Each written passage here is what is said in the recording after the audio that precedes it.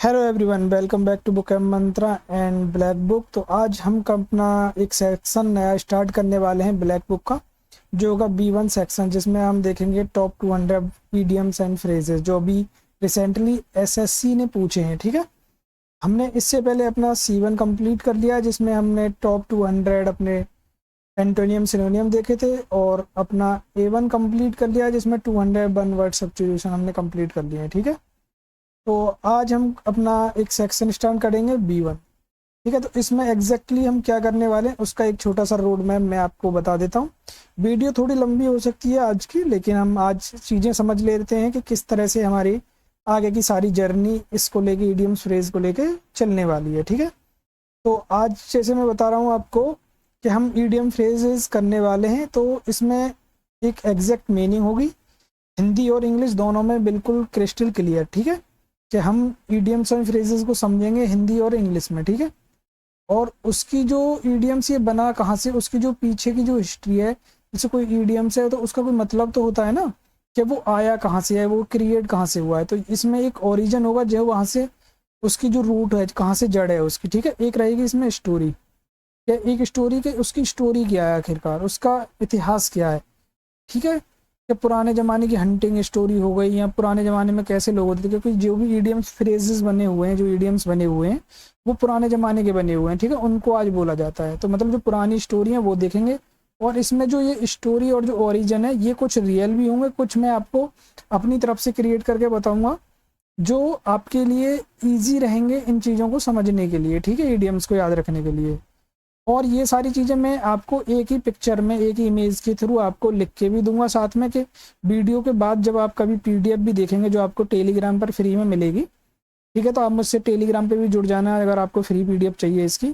तो वो स्टोरी भी आपको रहेगी, कि आपको स्टोरी अगर याद नहीं रह पाती है तो आप बाद में पीडीएफ देखें, तो आपको स्टोरी रिकॉल ना करनी पड़े, आप डायरेक्ट वहाँ से पढ़ लें। ठीक है, एक इसमें रहेगा विजुअल इमेज। ठीक है, कि ऐसी इमेज जो दिमाग में देखते ही क्लिक करेगी और मेमोरी में लॉक हो जाएगी। ठीक है, कि ऐसी हम जब ईडियम फ्रेज करेंगे तो उसके लिए एक हम उससे रिलेटेड इमेज भी बनाएंगे। ठीक है, कि जैसे ईडियम फ्रेज का किसी को सुनेंगे आप या देखेंगे एग्जाम में, तो उसके तुरंत बाद आपको एक इमेज दिखेगी। ठीक है, माइंड में एक इमेज क्लिक होनी चाहिए कि हाँ ये इमेज उस तरह से है, ऐसे काम कर रही है। ठीक है, इसका ये मतलब है। एक हो जाएगा इसमें जो मेन इंपॉर्टेंट, सबसे जो इंपॉर्टेंट पार्ट है, कि एग्जामिनर आपको ट्रैप कहाँ दे सकता है। ठीक है, क्योंकि ईडियम्स का पढ़ने में मतलब कुछ और निकलता है जब हम रीड करते हैं, और उसका एक्चुअल मीनिंग कुछ और होता है। तो उसी ट्रैप को समझने के लिए हम ऑप्शन को जो है पहले ही एक्सपोज करके चलेंगे यहाँ। ठीक है, और इसमें एक रियल लाइफ एग्जाम्पल भी देखें जो डेली लाइफ में यूज होने वाले हैं सेंटेंस, ताकि कंसेप्ट परमानेंटली सेट हो जाए। ठीक है, तो ये हम सारी चीज़ें अपनी फॉलो करेंगे ईडियम्स एंड फ्रेजेस के लिए। ठीक है, अगर आपका और कोई सजेशन रहता है तो आप मुझे बता सकते हैं। मुझे आपका सपोर्ट चाहिए सिर्फ। ठीक है, कमेंट चाहिए, लाइक चाहिए, सब्सक्राइब चाहिए, अपने दोस्तों के साथ शेयर करिए, ग्रुप में, स्टडी ग्रुप में शेयर कीजिए। ठीक है, तो स्टार्ट करते हैं आज का सेशन। तो आज का सेशन के जो सबसे पहला वर्ड है हमारा ईडियम्स फ्रेज, जो पहला है हमारा ईडियम्स, वो है बीट अबाउट और अराउंड द बस। ठीक है, इसका मतलब होता है कि to avoid talking about the main topic, यानी घुमा फिरा कर बात करना।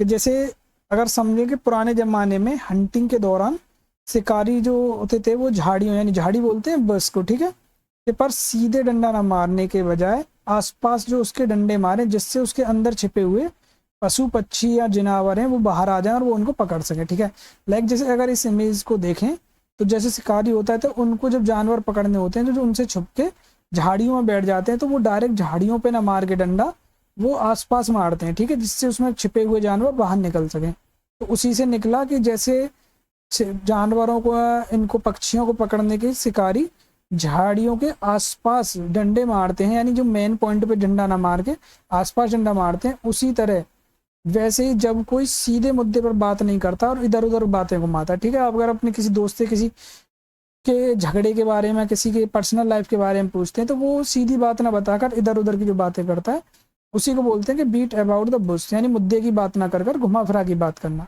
तो एग्जाम्पल क्या हो जाएगा, stop beating about the bush and tell me directly what happened. ठीक है, तो एग्जाम्पल इसमें ट्रैप कहाँ दे सकता है, तो जो ट्रैप क्या होगा कि करेक्ट तो है हमारा अवॉइड मेन टॉपिक। ठीक है, जो मेन टॉपिक है उसको अवॉइड करना, speak in a around about way, ठीक है। और ट्रैप क्या हो जाएगा कि जैसे सारी चीज़ें कैसे लग रही है, झाड़ी भूसा इसी तरह से ना, कि किसी गार्डन से रिलेटेड, तो दिमाग में क्या आता है कि to search for something in bushes, ठीक है, कि झाड़ियों में कुछ ढूंढना, या टू क्लीन द गार्डन है, गार्डन साफ करना। लेकिन एग्जैक्ट मीनिंग क्या है इसका, कि to avoid talking about main topic, ठीक है। नेक्स्ट हमारा इडियम्स रहेगा इसमें, hit the nail on the head, ठीक है। मीनिंग क्या रहेगा, टू से और डू समथिंग एग्जैक्टली राइट, सटीक जवाब देना, बिल्कुल सही होना, ठीक है। कि कारपेंट्री जैसे होते हैं ना, हमारे कारपेंटर जो बड़े ही होते हैं, वो हथौड़े को जो जैसे नेल क्या बोलते हैं, नेल बोलते हैं जो इस कील का जो सिरा होता है ऊपर वाला, ठीक है, जो कील होती है इसको नेल बोलते हैं। कि इसके जो हेड पे, इसको बोलते हैं नेल पूरी कील को, और इसका जो हेड है ये, अगर हम इसके हेड पर सीधी चोट मारेंगे तो वो एग्जैक्ट काम करेगी, यानी वो चोवा जो कील है वो अंदर उसमें वुड में लकड़ी में एकदम सही जाएगी, यानी बिल्कुल सही जगह पे चोट लगने पर ही कील अंदर जाती है, ठीक है। तो वही है, कारपेंट्री में अगर कील को उसके बिल्कुल बीच हेड पर सही जगह मारा जाए तभी वो सीधी अंदर जाती है। इसी तरह जब कोई बात या जवाब बिल्कुल सही पॉइंट पर होता है उसे hit the nail on the head कहते हैं, यानी एकदम सटीक जवाब देना, बिल्कुल एकदम एग्जैक्ट इधर उधर ना करके एकदम सही जवाब दे देना एग्जैक्ट, तो उसे बोलते हैं, ठीक है, hit the nail on the head. Example क्या हो जाएगा, his response in the interview hit the nail on the head. तो जो एग्जामिनर आपको इसमें ट्रैप दे सकता है, एक तो जैसे करेक्ट है टू डू और से एग्जैक्ट राइट थिंग। ट्रैप क्या हो सकता है, to hurt someone with a hammer to build furniture, ठीक है। हिट और नेल और हेड से क्या माइंड में आएगा कि हैमर, और जैसे कुछ फर्नीचर की बात आ रही है वो दिमाग में आएगा, लेकिन एग्जैक्ट मीनिंग है इसका टू डू और सम से एग्जैक्ट राइट थिंग, ठीक है। तो ये अभी हमारे 2 वर्ड हुए हैं, ठीक है। इसमें तो अभी आपने लाइक नहीं किया तो सेशन को लाइक कर दें, ठीक है। कमेंट जरूर करें, जैसा भी आपको सेशन लग रहा है, अच्छा लग रहा है तब भी कमेंट करें, ठीक है। सजेशन दें मुझे, ठीक है, और दोस्तों के साथ शेयर करें, सब्सक्राइब करें चैनल को। तो चलते हैं नेक्स्ट वर्ड पे। नेक्स्ट वर्ड है हमारा स्पिल द बीन्स, यानी to tell a secret often by accident, यानी राज उगल देना, यानी भेद खोल देना, ठीक है। कि जैसे इसकी जो स्टोरी है जी, ये रूट कहाँ से निकला है, कि एंशियंट ग्रीस में सीक्रेटली वोट करने के लिए मिट्टी के बर्तन में सफ़ेद और काले जो बीन्स होते हैं, ब्लैक बीन्स जो बीज होते हैं, डाले जाते थे। अगर बर्तन गलती से गिर जाए तो सारे बीन्स बिखर कर राज पहले ही खुल जाता था, ठीक है। तो जैसे क्या होता था कि जैसे एंशियंट ग्रीस था या एंशियंट टाइम था, उस टाइम पे किसी भी तरह का, जैसे अभी हमारे यहाँ वोटिंग होती है तो वो कैसी होती है, ईवीएम के थ्रू, सारी डिजिटली होती है ना, कि उस पर क्लिक बटन को हम प्रेस करते हैं और वो अपना रिकॉर्ड उसमें हो जाता है, ठीक है, वोट के जरिए। तो लेकिन पहले क्या होता था, पहले इतनी टेक्नोलॉजी नहीं थी, सारी चीज़ें नहीं थी, तो पहले क्या लोग एकदम चुनाव के लिए क्या करते थे, एक मटका लेते थे, उसमें बीन्स यानी जो बीज होते थे काले और सफ़ेद तरह के, उनको इकट्ठा करके एक एक डालते थे, ठीक है। लेकिन अगर किसी से भी एक्सीडेंटली उसमें अगर ठोकर लग जाए या एकदम धक्का लग जाए और वो गिर जाए तो उसमें से ऑलरेडी पहले ही सारे के सारे रिजल्ट आउट हो जाता था। तो उसी को बोलते थे स्पील द बीन्स, यानी स्पील यानी बीन का बाहर आ जाना, ठीक है। तो उसी को बोलते हैं स्पील द बीन्स, जब राज उजागर हो जाता है पहले ही, ठीक है। तो इसमें हो जाएगा example, don't spill the beans about his surprise birthday party. Trap क्या हो जाएगा, रिवील अ सीक्रेट। ट्रैप क्या हो जाएगा, टू स्पील फूड और coffee, to drop groceries. Next word है बाइट द बुलेट, ठीक है, bite the bullet, to accept a difficult situation and deal with it bravely. कड़वा घूट पीना या मजबूरी में स्वीकार करना। जैसे बैटल फील्ड्स पर बिना एनेस्थीसिया के ऑपरेशन करते वक्त सोल्जर को दर्द से चिल्लाने से रोकने के लिए दांतों के बीच मेटल बुलेट यानी गोली जो होती है वो दबा दी जाती थी। लाइक जैसे क्या होता था कि जब सोल्जर्स ऑपरेशन के दौरान जैसे दर्द होता है, जैसे कोई अगर युद्ध चल रहा है या सारी चीज़ें हो रही हैं बहुत सारी, और उस टाइम पे वहाँ सारे इक्विपमेंट नहीं होते हैं, तो वो जो क्या होता है कि उसको दर्द से बचाने के लिए एनेस्थीसिया नहीं दे सकते हैं वहाँ किसी भी सोल्जर को। तो वहाँ उनका जो ट्रीटमेंट होता है जो एकदम हाल फिलहाल में, उसके लिए क्या करते हैं कि वो सोल्जर के मुंह में जो है उस मेटल की बुलेट को दे देते हैं, ठीक है, दांतों के बीच, जिससे वो उसे आवाज़ ना आए, चीखे नहीं, ठीक है, ठीक है। तो उसी को बोलते हैं कि बाइट द बुलेट, ठीक है, कि एकदम मजबूरी में स्वीकार कर लेना, कड़वा घूट पी जाना, अपने दर्द को एकदम चबा एकदम अंदर ही अंदर निगल लेना, ठीक है, उसको बोलते हैं बाइट द बुलेट। यानी इससे इमेज से आप याद रख सकते हैं, ठीक है। एग्जाम्पल क्या क्या हो जाएगा, I had to bite the bullet and apologise to my boss for the delay. जिसमें करेक्ट क्या है, accept a tough situation bravely. Trap क्या हो जाएगा, to fight in a war, to shoot someone, ठीक है। नेक्स्ट वर्ड है अपना अंडर द वेदर। नेक्स्ट है अपना idioms under the weather, not feeling well, slightly ill, तबीयत ठीक ना होना या थोड़ा बीमार होना, ठीक है।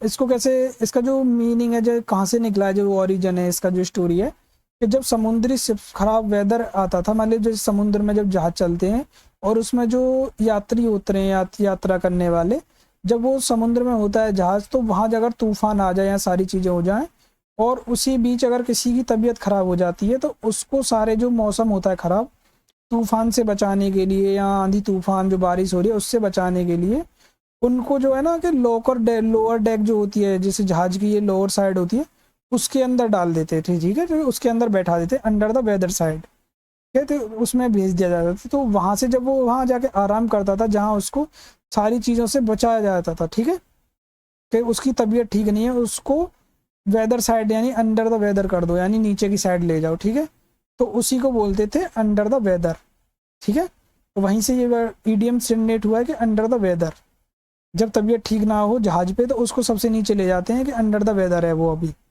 ठीक है। तो इसमें क्या हो जाएगा, I will not be able to attend class today as I am feeling under the weather, ठीक है, कि तबीयत ठीक ना होना, थोड़ा बीमार होना, ठीक है। ट्रैप क्या हो जाएगा, करेक्ट तो हो गया, feeling slightly it, not feeling well, ठीक है, माइल्ड सिकनेस हो गया।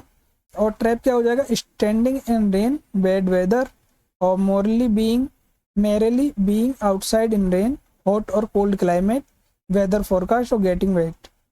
नेक्स्ट वर्ड है अपना cost an arm and a leg, meaning क्या हो जाएगा, to cost a lot of money, भारी कीमत चुकाना, बहुत महंगा होना, cost an arm and leg, ठीक है। जैसे वर्ल्ड वॉर 2 के बाद पेंटर लोग जो क्या है पोर्ट्रेट्स बनाते थे, यानी जो लड़े हुए जो वहाँ के जैसे महारथी होते थे, जो योद्धा होते थे, जो वर्ल्ड वॉर 2 में लड़े थे सैनिक, उनमें जो अच्छा काम करते थे उनकी जो है ना वो पेंटिंग बना देते। अगर किसी को सस्ता फोटो चाहिए होता तो वो सिर्फ उसका चेहरा यानी हेड बना देते, बस्ट यानी बनवाता था, हाथ और पैर यानी पूरी बनवाने के, अगर जैसे पूरी अगर तस्वीर बनवानी है, पूरी पेंट करवानी है, तो उसके लिए ज़्यादा पैसे लेते थे क्योंकि उसमें ज़्यादा उनकी सारी मेहनत लगेगी, तो वो इतना महंगा होता था कि वो पूरा नहीं बनवा देते, क्योंकि cost and arm and leg यानी बाहरी कीमत चुकाना उसके लिए। तो उसी को बोलते थे कि अगर तुम फेस और अपना सिर्फ इतना चेस्ट तक बनवाओगे तो वो सस्ता पड़ेगा, लेकिन अगर तुमको अगर आप पूरा हैंड बनाने हैं, हाथ पेट बनाना है, पूरा पैर तक बनाने हैं, तो उसके लिए क्या है ना कि बहुत महंगा पड़ेगा, तो उसी को बोलते हैं cost and arm and leg, ठीक है। तो buying the latest iPhone cost him an arm and leg, ठीक है। ट्रैप क्या हो जाएगा कि extremely expensive, very costly, cost a lot of money. Trap क्या हो जाएगा इसमें, getting physically injured, A medical bill, paying for hospital treatment, ठीक है। आपके लिए एक ये रूट जैसे मैंने इसमें इमेज के फुटर में भी लगाई हुई एक और समझने के लिए इडियम्स को स्टोरी, अगर आपको ये स्टोरी नहीं समझ आती है आप इसके थ्रू भी और रिलेट कर सकते हैं, ठीक है, आप ये पढ़ लेना। नेक्स्ट है अपना once in a blue moon, very rarely या ऑलमोस्ट नेवर, यानी ईद का चांद होना है, जो कभी कभार चीज़ें होती हैं उसे बोलते हैं once in a blue moon, ठीक है। कि एस्ट्रोनॉमी में जब एक ही कैलेंडर मंथ में 2 फुल मून यानी पूर्णिमा हो जाते हैं तो दूसरे वाले मून को ब्लू मून कहते हैं। ये लगभग 2.5 या 3 साल में एक बार होता है, ठीक है। जब 2 चांद में से एक चांद ब्लू हो जाए तो उसे बोलते हैं कि once in a blue moon, जो कभी कभार हो, ठीक है, जो होता ही नहीं है। ये तो इस पे समझने के लिए स्टोरी है, ठीक है, इसको इस तरह से समझेंगे, ठीक है। तो क्या हो जाएगा, he visits his home town only once in a blue moon. Trap क्या हो जाएगा कि one on every full moon night, beautiful night sky, always at night, और something related to colour blue, ठीक। करेक्ट क्या है इसमें, very rarely, almost never, occasionally, seldom, happens after a long time. Next है इसमें अपना idioms, a piece of cake, बाएं हाथ का खेल होना है ना, बहुत आसान हुआ, something that is very easy to do, हाँ, ठीक है। तो 1870 में केक वॉक नाम का एक डांस कंपटीशन होता था, जो पार्टिसिपेंट सबसे अच्छा डांस करता था उसे इनाम में केक का एक पीस दिया जाता था, क्योंकि इस कंपटीशन को लोग मज़ेदार और कंपेरेटिवली इजी मानते थे। धीरे धीरे ये पीस ऑफ केक का मतलब ही बहुत आसान काम हो गया, ठीक है। अगर जैसे मान के चलो कि अगर कोई पार्टी चल रही है उसमें कंपटीशन है कि डांस का, कि जो सबसे अच्छा डांस करेगा उसको केक का एक पीस मिलेगा, पीस ऑफ केक, यानी तो सब लोगों के लिए वो चीज़ बहुत आसान होती है, ठीक है, कि ये तो एक पीस ऑफ केक है, बहुत आसान चीज़ है कि सिर्फ डांस करना है, किसी भी तरह से डांस कर दो और हमको एक केक का पीस मिल जाएगा, तो उसी को बोलते हैं ए पीस ऑफ केक, ठीक है। इससे रिलेट करके इसको याद रख सकते हैं कि बाएं हाथ का खेल, ठीक है। जैसे केक क्या होता है, सॉफ्ट होता है, बहुत ईजी होता है, तो उसी से रिलेट भी कर सकते हैं कि solving this reasoning question was a piece of cake for her, ठीक है। ट्रैप क्या हो जाएगा कि इसका करेक्ट तो है वेरी इजी टास्क, बहुत आसान काम, और ट्रैप क्या है, डिलीशियस फूड, बर्थडे के केक खाना, बर्थडे सेलिब्रेट करना। नेक्स्ट है अपना call it a day, call it a day, to decide to stop working for the day, यानी इतिश्री क्रम करना, यानी आज का काम समाप्त करना, माना एक दिन बोल देना। जैसे अगर आप कोई काम करते हैं, जैसे आज अगर स्टडी करते हैं और आपका स्टडी का जो टाइम टेबल है वो कंप्लीट हो जाता है, तो आप क्या बोलते हैं कि आज का मेरा पूरा हो गया, आज का दिन पूरा हो गया और कल से स्टार्ट करते हैं, तो उसी को बोलते हैं कॉल इट अ डे, कि एक दिन पूरा हो जाना, यानी अपने काम का पूरा दिन हो जाए। जैसे 80 जो हमारे 1800 शताब्दी के फैक्ट्री जो वर्कर थे, शाम को काम खत्म करने के बाद बोलते थे कि call it a days work, यानी आज दिन भर का काम पूरा हो गया, अब घर चलो, यानी एक दिन पूरा बोल देना, कंप्लीट कर देना, उसको बोलते हैं कॉल इट अ डे, ठीक है। अगर आपको और पढ़ना है इसके बारे में तो इसको यहाँ से समझ सकते हैं, ठीक है। तो एग्जाम्पल हो जाएगा, we have been studying for 6 hours straight, let's call it a day.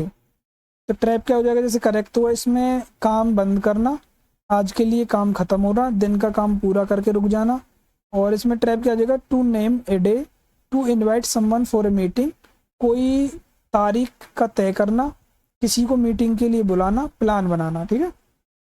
Next idiom है हमारा हिट द सेक और है, यानी बिस्तर पर जाना और सोने जाना, ठीक है। To go to bed, to sleep. इसका ओरिजिन कहाँ से, इसकी स्टोरी कहाँ से बनी वो हम देख लेते हैं कि पुराने ज़माने में एक सॉफ्ट मैट्रेस नहीं होते थे, लाइक जैसे अभी हम का होते हैं कि हमारे पास इतनी सारी फैसिलिटीज हैं, बहुत सारे अच्छे अच्छे गद्दे होते हैं, लाइक स्लिप बेल का हो गया, बहुत अच्छी क्वालिटी देते हैं।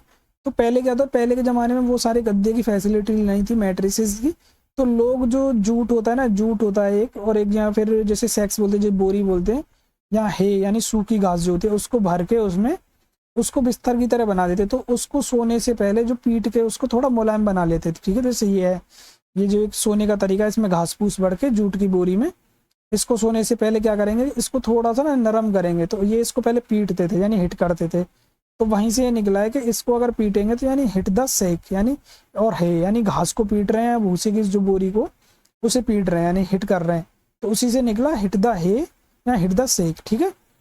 तो बिस्तर पे जाना है, बिस्तर पे सोने से पहले जो करते हैं हिट, उसी को बोलते हैं बिस्तर पे जाना है, बिस्तर पे सोना। तो इसमें हो जाएगा, I am so exhausted after work that I am going to hit the sack right now. तो ट्रैप में क्या रहेगा कि जो एसएससी में ट्रैप आ सकता है, करेक्ट तो है इसमें हिट द सेक यानी go to bed, go to sleep, सोने जाना यानी rest for the night. Option trap क्या हो जाएगा इसमें जो रहेगा कि डैमेज सेक या फार्मिंग वर्क, बोरी को मारना, खेती का काम करना, किसी बैग को तोड़ना, या फिजिकल अटैक। नेक्स्ट वर्ड है अपना let the cat out of the bag, गलती से राज उजागर करना, to reveal a secret by mistake, गलती से राज उजागर करना, ठीक है। मिडिल एजेस के बाजारों में कुछ डिसऑनेस्ट ट्रेडर्स लोगों को पिगलेट यानी जो सुअर के जो बच्चे होते हैं जो देने का वादा करते थे, ठीक है, लेकिन बैग के अंदर से कैट रख देते थे, यानी अगर जैसे सुअर के बच्चे बेचने का वादा करते थे और बदले में उनको बिल्ली देते थे, लेकिन जब कोई बैग गलती से खुल जाता और बिल्ली बाहर आ जाती तो उस फ्रॉड या सीक्रेट को सबके सामने आ जाता था। इसी कहानी से let the cat out of the bag यानी ईडियम बना, जिसका मतलब है गलती से कोई सीक्रेट रिवील हो जाना, ठीक है। लाइक जैसे इसमें जब आप देख सकते हैं कि कोई बिल्ली बोरी के अंदर या किसी उसके अंदर है छुपी हुई, लेकिन वो एक साथ बाहर आ जाती तो उसका जो सीक्रेट है वो भी बाहर आ गया, ठीक है, राज उजागर हो गया कि उसके अंदर क्या छुपा हुआ है। तो जैसे एग्जांपल हो जाएगा कि Rohan accidentally let the cat out of the bag about their trip plan. तो इसमें ट्रैप क्या हो जाएगा कि करेक्ट हो जाएगा let the cat out of the bag, secret reveal कर देना, एक्सीडेंटली ट्रूथ बता देना, और ट्रैप क्या हो जाएगा बाय ए पेट कैट हार्म एनिमल्स यानी बिल्ली खरीदना, बैग से कैट निकालना, ठीक है। नेक्स्ट वर्ड है अपना जो ईडियम्स है इसमें हमारा है ब्रेक द आइस, इसको अच्छे से समझते हैं, ठीक है। बातचीत शुरू करना या हिचकिचाहट दूर करना, to make people feel more relax in a social situation, बातचीत शुरू करना, हिचकिचाहट दूर करना। जैसे पुराने ज़माने में क्या होता था कि जब समुद्र में जहाज चलते थे तो उनमें बर्फ़ से वो पूरा जो समुद्र है वो जम जाता था। तो जो कमर्शियल शिप्स आगे नहीं बढ़ पाती थी, तब छोटे आइस ब्रेकर जहाज भेजकर मोटी बर्फ़ को तोड़ते थे ताकि बाकी शिप्स के लिए रास्ता खुल सके। इसी आइडिया से ब्रेक द आइस ईडियम बना, जिसका मतलब है कि पहली हिचकिचाहट तोड़कर कन्वर्सेशन शुरू करना और एनवायरनमेंट को कंफर्टेबल बनाना। ठीक है, जैसे आइस ब्रेकर सिर्फ जमी हुई बर्फ को तोड़कर दूसरे जहाज़ों के लिए रास्ता खोल देता है, वैसे ही एक छोटी सी बात, स्माइल या जोक लोगों के बीच हिचकिचाहट तोड़कर कन्वर्सेशन को आसान बना देता है। इसी को बोलते हैं ब्रेक द आइस। ठीक है, लाइक जैसे किसी को होता है ना कि हमने या किसी साथी ने, जैसे कोई होता है कि किसी को कोई लड़की पसंद है या किसी ऐसे कोई आता है या लड़का आ गया पसंद, लेकिन वो हिचकिचाहट होती है कि वो बात नहीं करना चाहता है। ठीक है, ना हाय हेलो ना कोई, और दोस्ती बढ़ ही नहीं पाती, उससे आगे बात नहीं बढ़ पाती है। तो क्या होता है कि एक छोटी सी स्माइल ना उन दोनों के बीच में एक एकदम ऐसा कंफर्टेबल माहौल बना देती है कि वो दोनों फिर आपस में एक टाइम के बाद बात करना शुरू कर देते हैं। ठीक है, उसी को बोलते हैं कि ब्रेक द आइस, यानी हिचकिचाहट दूर करना, बीच में बातचीत शुरू कर देना।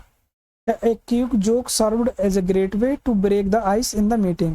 ये ट्रैप क्या हो जाएगा कि ब्रेक द आइस का मतलब होता है कन्वर्सेशन शुरू करना, ऑकवर्डनेस दूर करना, टेंशन कम करना, फ्रेंडली एटमॉस्फेयर बनाना।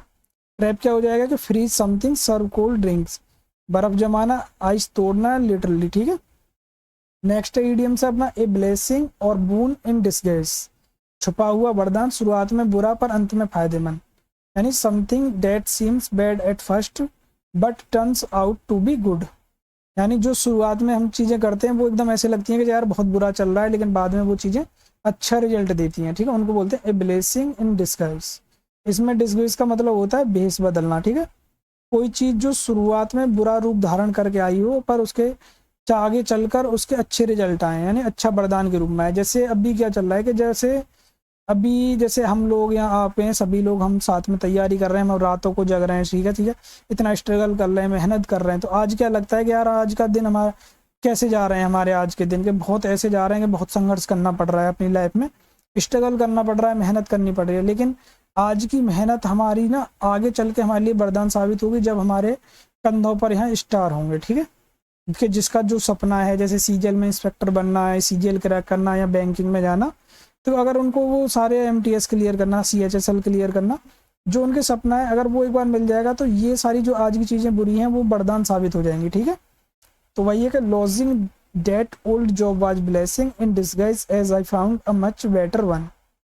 ठीक है, तो इसमें ट्रैप क्या हो जाएगी कि unfortunate event with good result. ठीक है, और ट्रैप है इसमें a religious miracle a secret enemy, कोई चमत्कार या भगवान का वरदान, रिलीजियस मिरेकल। नेक्स्ट वर्ड है अपना ए बोल्ट फ्रॉम द ब्लू, आकस्मिक घटना या जो अचानक आया संकट होता है उसे ए bolt from the blue, a sudden and unexpected event.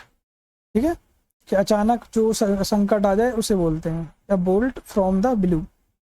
Clear blue sky, यानी साफ नीले आसमान से अचानक बिना बादल के बिजली, यानी जो बोल्ट होता है, वोल्ट बोल सकते हैं इसे, वी वाला वोल्ट। ठीक है, कि बिजली का गिरना।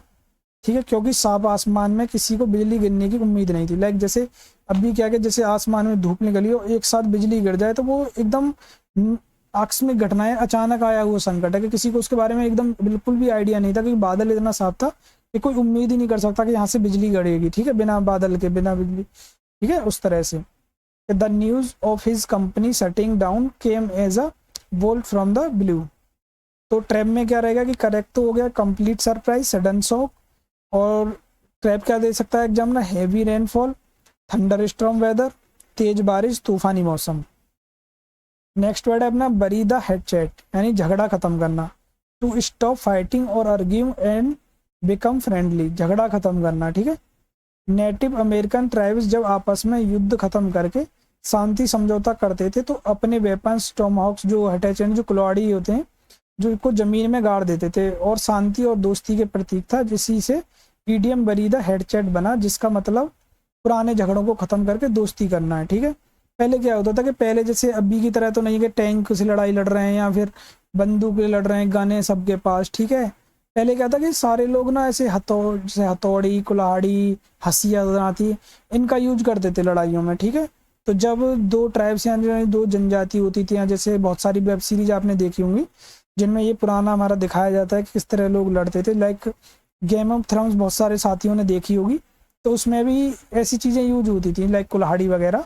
तो वो क्या करते थे कि जैसे उनके बीच में शत्रुता अगर उनको ख़त्म करनी होती थी, जिसे संधि बोलते हैं, तो वो अपने जो हथियार हैं उनको ज़मीन में गाड़ देते, ठीक है, या उनको आज़ाद अपने जो कुल्हाड़ी है उनको छोड़ देते थे, यानी झगड़ा ख़त्म कर देते और सुलह समझौता हो जाता। तो उसी को बोलते हैं बरी द हेड चैट, यानी झगड़ा ख़त्म करना।